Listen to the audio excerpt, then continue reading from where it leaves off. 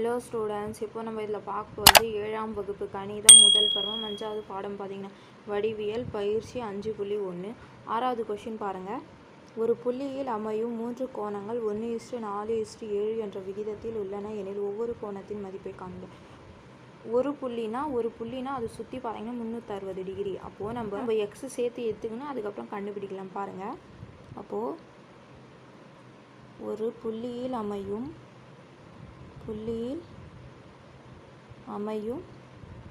கோணங்களின் கூடுதல்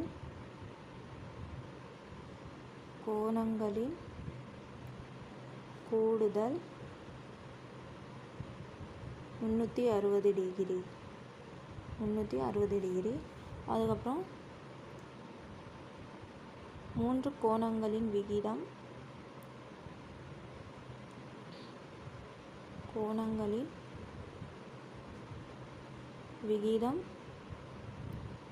என்ன சொல்லியிருக்காங்க, 1:4:7. அப்போ நம்ம எக்ஸ் சேர்த்து எடுத்துக்கலாம். அப்போது எனவே அக்கோணங்கள்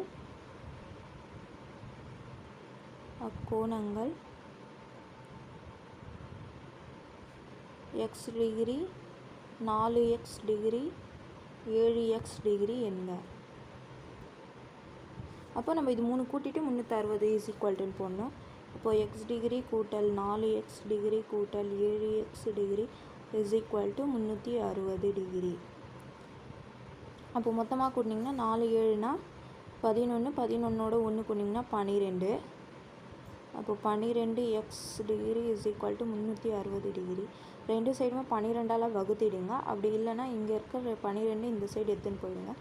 அப்போது எக்ஸ் டிகிரி =360 டிகிரி வகுத்தல் 12. பாருங்கள், 12 12 12 36, இந்த 0 அப்படியே சேர்த்துங்க. அப்போ 30 டிகிரின்னு வரும். அப்போது எக்ஸ் டிகிரி =30 டிகிரி. அப்போது இந்த இடத்துல நம்ம எக்ஸுக்கு பதிலாக 30 போட்டு பெருக்கிட்டிங்கன்னா நம்மளுக்கு கிடச்சிடும். அப்போ எக்ஸ் டிகிரிக்கு பதிலாக 30 டிகிரி. அதுக்கப்புறம் 4x டிகிரிக்கு பதிலாக 4 × 30 டிகிரினா 120 டிகிரி. அதுக்கப்புறம் 7x டிகிரி 7 × 30னா 210 டிகிரி. அப்போது இது 3 அளவு பார்த்திங்கன்னா ஒன்று 30 டிகிரி, ஒன்று 120, ஒன்று 210. அப்போது கடைசியாக எழுதுங்க, தேர்ஃபோர் 3 கோண அளவுகள் 30 டிகிரி, 120 டிகிரி மற்றும் 210 டிகிரி ஆகும். புரிஞ்சுதுங்களா? இது அவ்வளோதான் 6வதுக்கு ஆன்சர்.